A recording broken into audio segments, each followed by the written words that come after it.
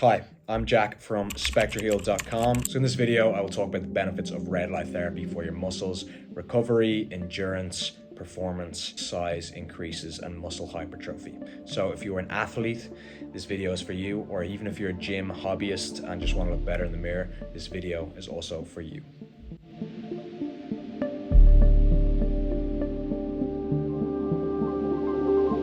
So, I want the value of this video to be saving you time. Obviously, I encourage your own research, but I've done a lot of the legwork on this topic for you, taken out the useful bits of information from research studies and taken out the learnings from these studies so that you don't have to.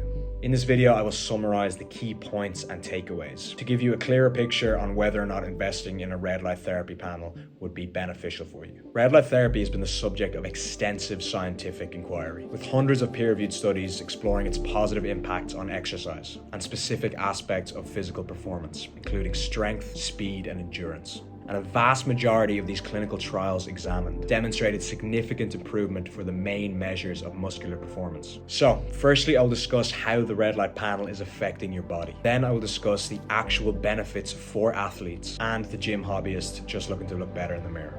I'll also delve into two very interesting studies that showcase the improvements that red light therapy can have on your muscle performance, endurance, recovery, and muscle growth. Red light therapy, also known as low-level light therapy or photobiomodulation, involves the exposure of the body's tissues to low-level red and near-infrared light.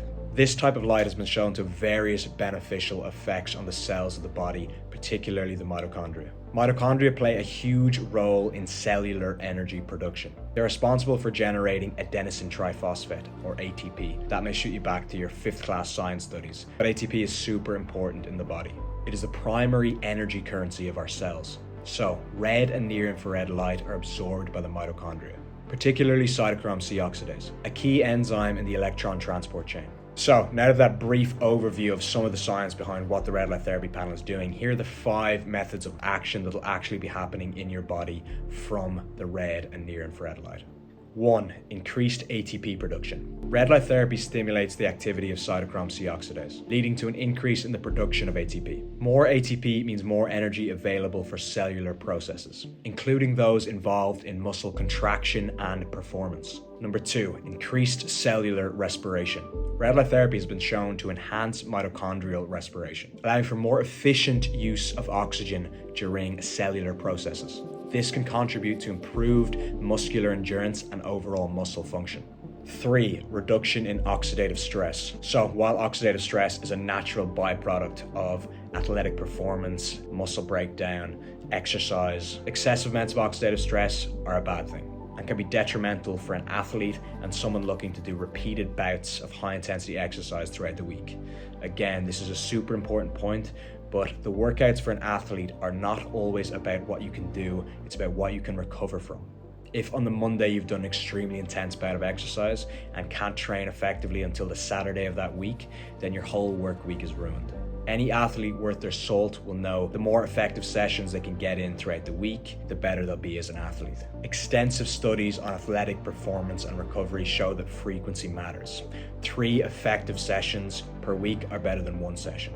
So if you've trashed your system on the Monday and can't recover by Wednesday, Thursday, Friday, then over the course of 6, 8, 12 weeks, that stacks up and adds up to how much output you can have as an athlete and how much you can improve as an athlete during that set time. So again, if you want to write this down, as an athlete, it's not what you can do in the session, it's what you can recover from.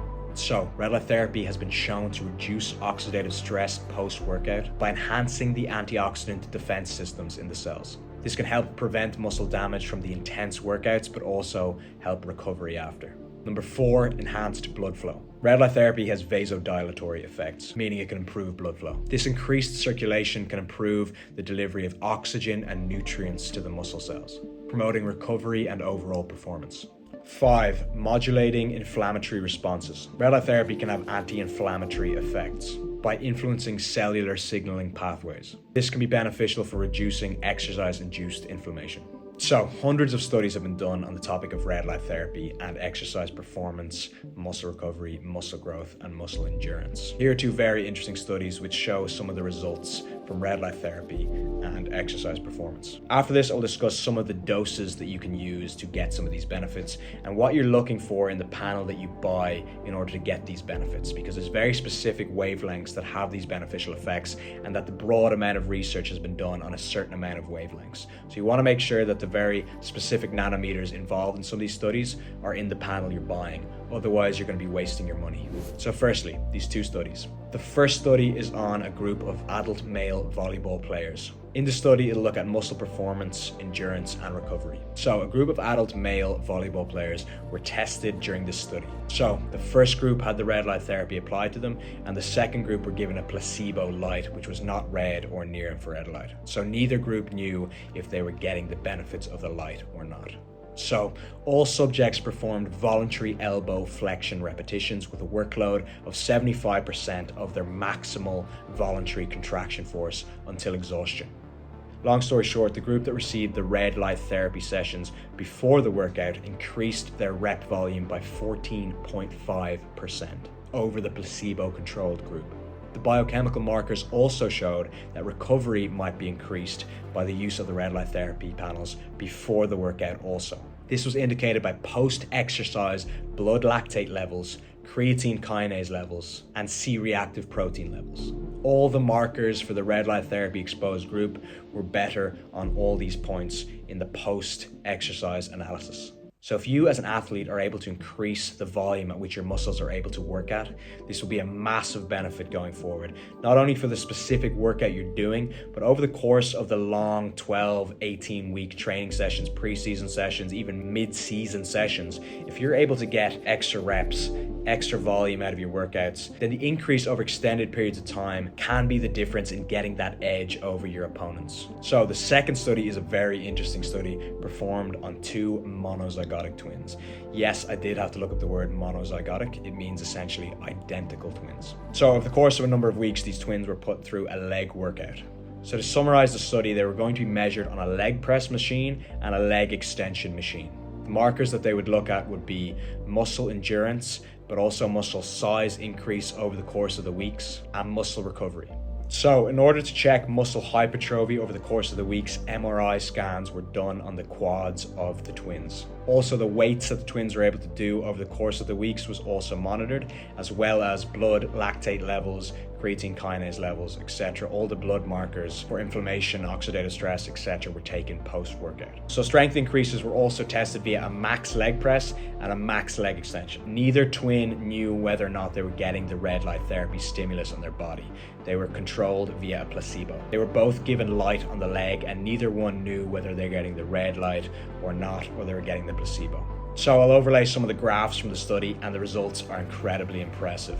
Don't hate me on the graphs, these were taken directly from PubMed. The graphs on PubMed always suck. So here's the muscle performance graph.